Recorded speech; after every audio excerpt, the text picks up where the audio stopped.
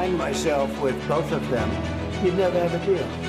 Mungkin Mr. Trump menunjukkan dia sebagai kawan, oke lah kita kasih 50%, jadi 32%. Itu kan cara-cara yang nggak lazim untuk melakukan akibat dari Trump ini. Apa yang bisa dikerjasamakan agar keputusan Trump nantinya lebih ringan.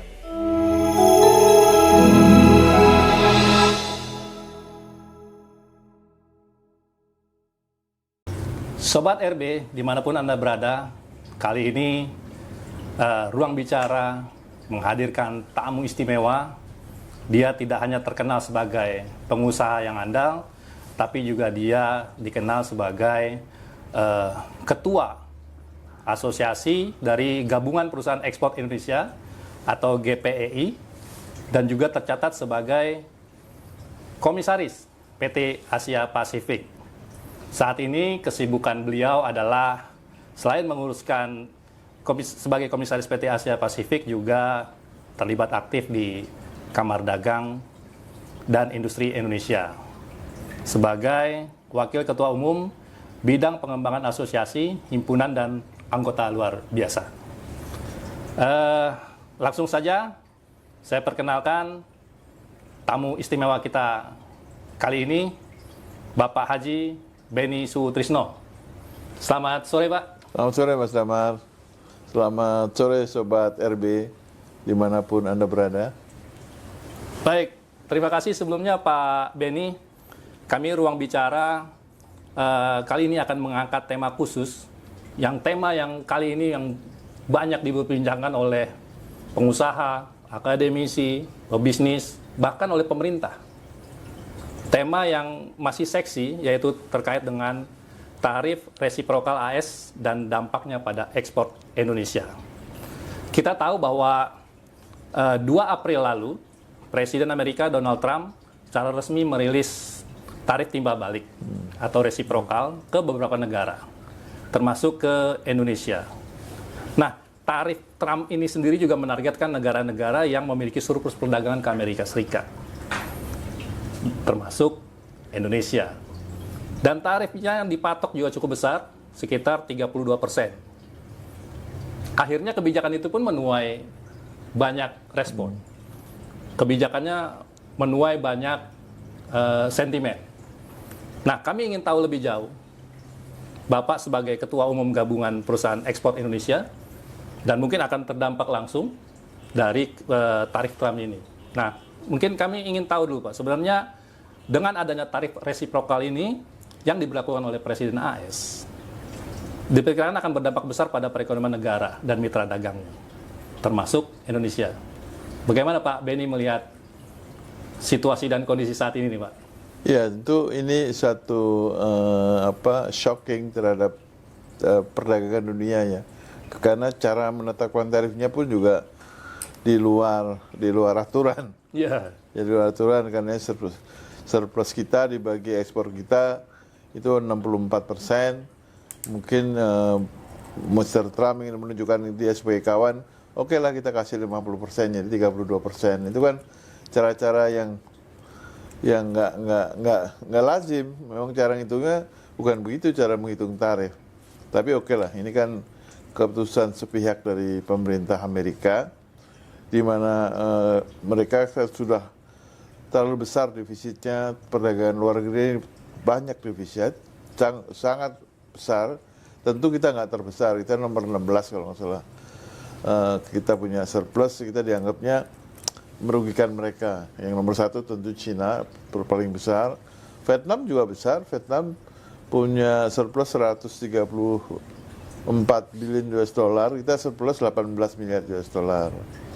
Nah, tentu ini akan mengakibatkan kegampangan terhadap importir kita, karena ini nanti yang menanggung adalah masyarakat Amerika sendiri.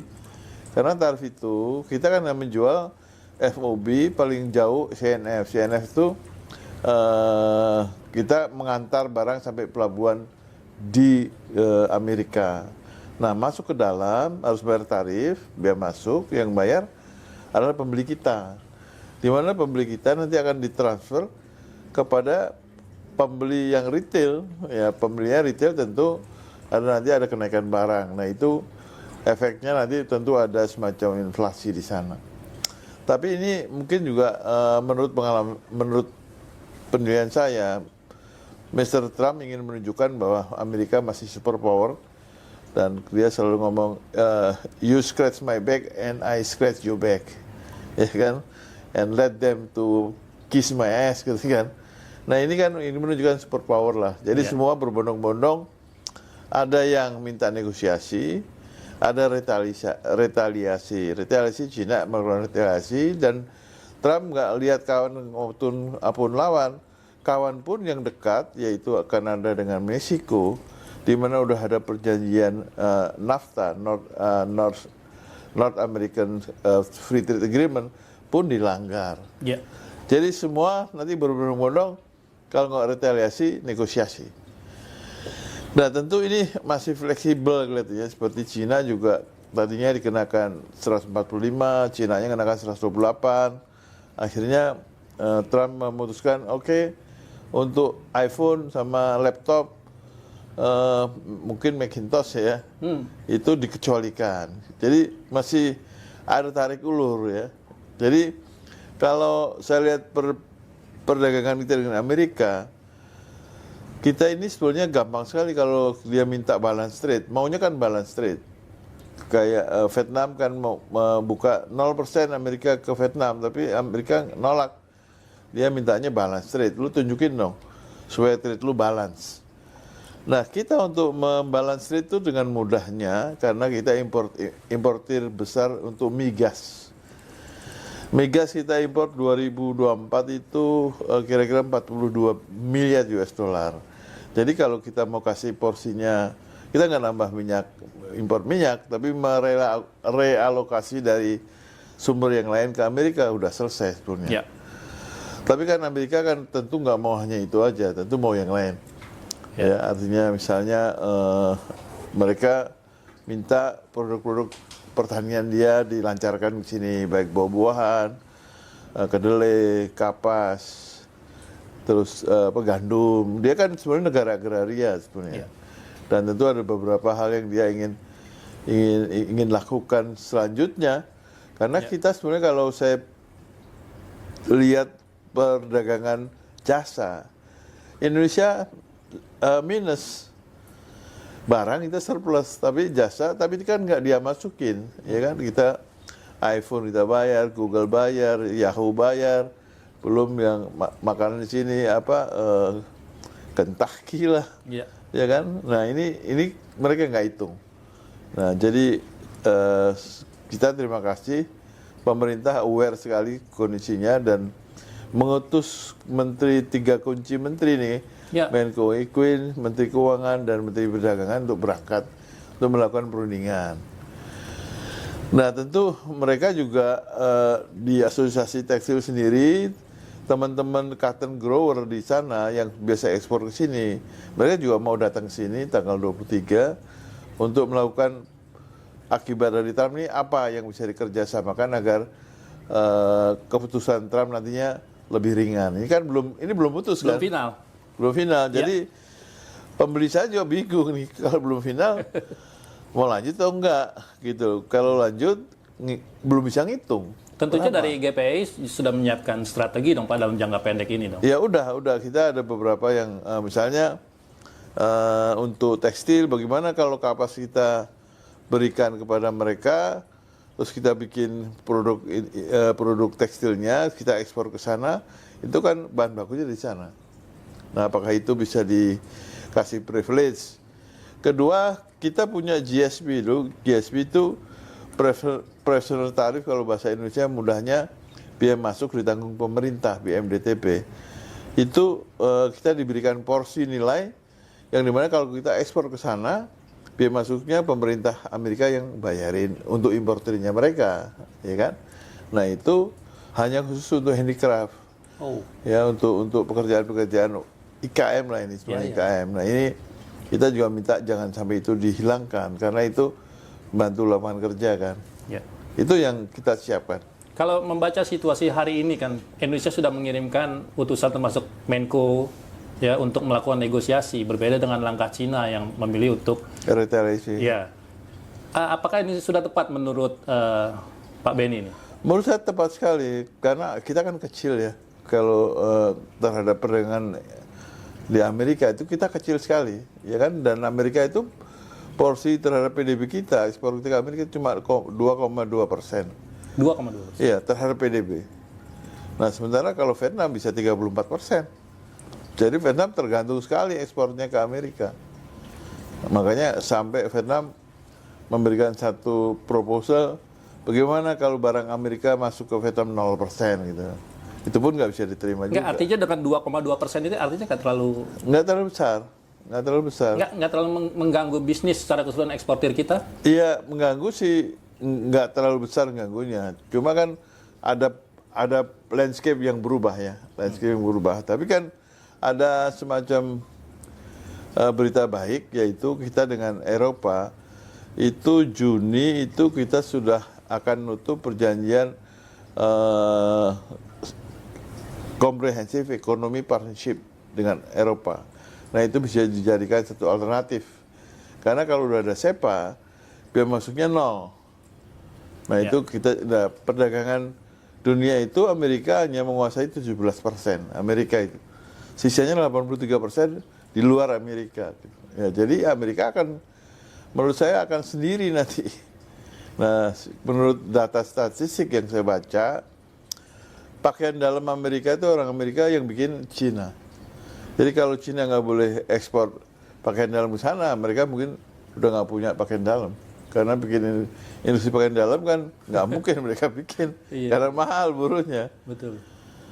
Spare part mobil mereka spare partnya dari Cina, dari Taiwan, dari Artinya Cina. Ketergantungan Amerika terhadap Cina jauh lebih besar ya Pak ya? Iya, ini supply chain kan. Iya, supply chain. Ini kan yang terganggu supply chain nantinya.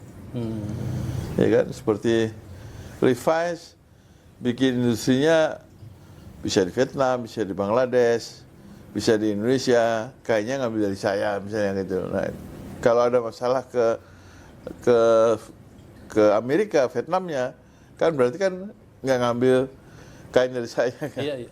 Nah, ini supply chain-nya akan terganggu. Iya. Oke. Nah, tadi Bapak sempat bilang bahwa ada kegamangan dari pelaku industri. Gamangnya itu karena belum tahu finalnya berapa. Belum tahu ya. Belum tahu ini berlabuhnya di mana nih. Di angka berapa berlabuhnya. Sehingga pembeli kita di sana juga belum bisa menghitung. Nanti ini berlabuhnya berapa. Kalau sekarang mereka asumsi 32 misalnya. Kalau 32 kita hitung. Kalau misalnya Levi's itu beli dari Indonesia $7. Ongkos angkutnya $2, jadi $9. Jadi 32% dari $9 kan. Iya. Ya itu ada $2,5 lah. Nah, kalau itu ditumpuk di harga jual retailnya bisa mikul nggak? Atau ada nggak supplier yang lebih murah dari kita? Kalau ada berarti pindah kan. Iya. Kalau pindah kita terus harus nyari pembeli yang baru lagi. Ya, artinya dengan kenaikan ini atau tarif Trump ini akhirnya juga menimbulkan kerugian juga untuk masyarakat di Amerika Serikat ya. Oh iya. Harganya semakin tinggi. Iya, yang rugi masyarakat Amerika sebetulnya. Sebetulnya ya. Iya. Ini kan bagian daripada Makanya kemarin ada demo Pak ya di New York. Iya, dan saya mungkin lihat Pak Trump ini populis tapi otoriter gitu ya. Dia otoriter sebetulnya, tapi dia populis. Maka dia menjanjikan kepada state industri itu bahwa kalau kita lakukan begini maka industrinya akan bangun gitu. Nggak segampang itu membangun industri, apalagi udah ketergantungan supply chain udah lama ya. Bangun industri kan butuh waktu. Iya. Pak, kalau di anggota GPEI sendiri kan sebenarnya nggak semua orientasi pasarnya nggak ke Amerika semua. Kan ada yang main di Timur Tengah, ada main di Europe. Betul. Nah, ini yang di anggota-anggota Bapak sendiri yang orientasi pasarnya ke Amerika apa aja, Pak? Sektor apa aja tuh, Pak? TBT pasti sepatu sport tapi alas kaki sport, sama furniture juga ada beberapa, handicraft ada, lalu turunan CPO namanya saya lupa, tapi itu nggak bisa diganti. Artinya secara kesehatan belum ada material yang bisa menggantikan turunan CPO itu. Jadi mereka pasti import. Iya, iya. Nah, kalau kita terlalu tinggi, alternatifnya dia impor dari Malaysia karena Malaysia punya turunan itu. Iya, iya, iya. Dan Malaysia lebih rendah kan dikenakannya. Iya, iya. Nah, tapi- Karena kemarin ada yang bilang bahwa kalau memang Amerika menerapkan tarif yang sangat tinggi yang akhirnya merugikan eksportir, bisa dimasuk di pasar-pasar yang lain. Iya, iya, ya itu satu usaha kita tidak mau tergantung ke Amerika lah. Jadi kita juga harus cari pasar yang lain. Tapi cari pasar yang lain kan butuh waktu, Pak ya. Iya, iya, iya. Artinya butuh ekosistem yang belum ada yang ekosistem perdagangan yang selengkap Amerika, ya kan? Afrika gede sekali. Afrika itu satu penduduknya 2 miliar orang. Ya. Dua, secara ekonomi masih kelas menengah bawah. Jadi masih butuh banyak kan? Iya. Butuh sepatu, butuh TV, butuh Garment, tekstil. butuh selimut, butuh TV, butuh AC, masih banyak yang dibutuhkan. Cuma pertama, lembaga keuangan di sana masih belum sebaik Amerika. Logistiknya juga belum sebaik Amerika. Jadi butuh waktu. Iya. Butuh waktu, Pak ya. Butuh waktu. Nah itu ya pesan saya, Indonesia udah punya kelembagaan yang lengkap. Satu, lembaga pembiayaan ekspor, yaitu LPII. Dia dijamin, dilandaskan dengan undang-undang Flex Spesialis. Dua, ACI, Asuransi Ekspor Indonesia. Jadi dua lembaga itu bisa dijadikan spearhead untuk membuka pasar baru. Iya. Dan itu di tangan pemerintah, Tahun pemerintah ya. kan kuat sekali. Nah, kan selain GPI kan Bapak juga di Kadin, Pak ya. Kadin. Bagaimana langkah Kadin nih merespon ini sendiri nih? Kan Kadin juga besar juga, Pak. Lah, Kadin harus menyelamatkan pasar dalam negeri, Oke. utamanya Dalam negeri. dalam negeri. Karena pasar dalam negeri kan nggak kecil ya, dengan sekian 300, hampir 300 juta orang nih, udah 280 dan 2045 udah berapa? Udah hampir 500 juta orang. Ini nggak kecil pasar ini. Nah ini kita harus istilah kami terjadi sekarang ini kan terjadi disrupsi terhadap pasar. Disrupsi. Ya, pasar kita terdisrupsi karena banyaknya barang-barang dari luar yang masuknya tanpa izin atau tanpa benar lah, nggak benar. Nah ini akan memukul industri kan. Ya, ya. Nah ini kita harus benahin. Kedua, industrinya juga harus dibangun. Karena kalau ini dibenahin, industri yang nggak dibangun, terus masyarakatnya dia membutuhkan kan masyarakat kan. Ya. Jadi ini ada kesempatan sebetulnya. Ini kesempatan sebenarnya Trump memberikan satu Shock terapi ya. shock terapi atau wake up call lah. Nah, anggaplah wake up call. Wake up call ya. Lu beres-beres ya gitu, iya. kayak kira gitu. Iya, iya. Artinya supaya kita lebih prepare, Pak ya. Ya, ini landscape-nya berubah dunia ini. Dari perdagangan ya.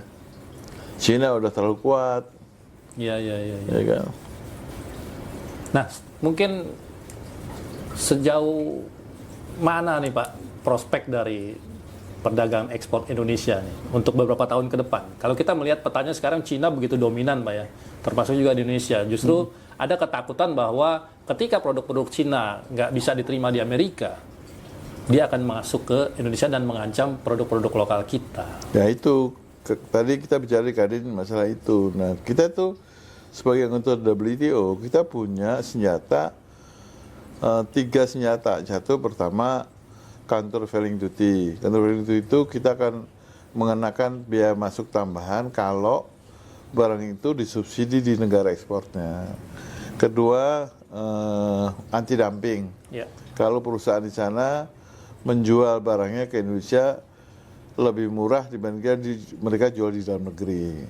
Ketiga, safeguard. Dan safeguard itu menutup pasar Indonesia dari barang tertentu dari seluruh dunia. Nah ini tiga-tiganya ini memang harus dimainkan dengan baik. Cina memainkan itu baik sekali. Kita ekspor ke Cina nggak gampang. Sulit Pak ya? Oh sulit. Ngirim duit aja sulit. Iya, iya, iya. Dan mereka punya sistem sendiri. Ya kan? Ya. Kartu kredit kita aja nggak laku di sana. Handphone juga nggak jalan di sana. Iya, iya, iya. Dia punya kerajaan sendiri, punya sistem sendiri. Kemarin Pak Presiden bilang terkait dengan TKDN fleksibel sajalah. Apakah nggak mengancam industri lokal ini, Pak? Nah, maksudnya Presiden bukan itu. Presiden sudah membaca bahwa di sini ada renta ekonomi kan, artinya monopoli import, ya kan, import monopoli lah. Itu diberikan kepada yang dekat kekuasaan sehingga dia nggak mengimpor barang, dia jual jatah importnya, jual kotanya. Nah itu yang mau ditutup sama Presiden. Tapi kalau untuk importasi untuk bahan baku industri tentu harus diberikan dong. Iya, iya. Dan itu hanya untuk industri tertentu saja. Jadi yang namanya pertek kan maunya Presiden nggak usah pertekan, kalau mau pertek harus izin Presiden. Nah Presiden nggak ngerti pertek itu apa. Pertek itu ada dua singkatan, dua hal. Satu pertimbangan teknis, dua pertimbangan peraturan. Gitu. Jadi ya kita harus perbaiki lah. Yeah. Jadi mungkin menteri-menteri nggak berani ngomong ya. Jadi kita kan kalau udah Presiden ngomong A, semua harus ikut. Kalau Presidennya salah ya kita ingetin lah. Iya dong. Nah yang bisa ngingetin itu Kadin. Kadin punya peran. Kadin punya peran. Iya. Tadi kita bicarain Kadin punya peran nih. Makanya. Karena menteri nggak bisa tuh ngingetin, bos nggak ngingetin. Vokal sedikit Pak Kadinnya. Iya, kalau menteri kan konsepnya apa? Bos never do wrong. Iya. Oke, Pak, mungkin terakhir kira-kira apa harapan daripada Bapak sebagai pengusaha, Bapak sebagai ketua Gabungan Pengusaha Ekspor Indonesia, dan juga Bapak sebagai Wakil Kadin? Harapan saya pemerintah harus sering mendengar dan sering meminta pendapat dari pengusaha melalui Kadin. Kadin kan satu-satunya lembaga sebagai mitra pemerintah, ya kan? Tentu asosiasi ada di dalamnya. Nah, tentu ini sebaiknya tidak asal mendudukan ini yang diorder, ini yang mengorder, tapi kita jalan sama-sama deh. Kan ujung-ujungnya kan APBN yang nyumbang kan dari pajak, ya kan? APBN itu 87% dari pajak. Iya, dari pajak, ya kan? terbesar. Nah, kalau pengusahanya nyungsep, pajaknya kecil. Kalau pajak kecil, bagaimana pemerintah membangun gitu loh. Iya kan? Betul, Pak.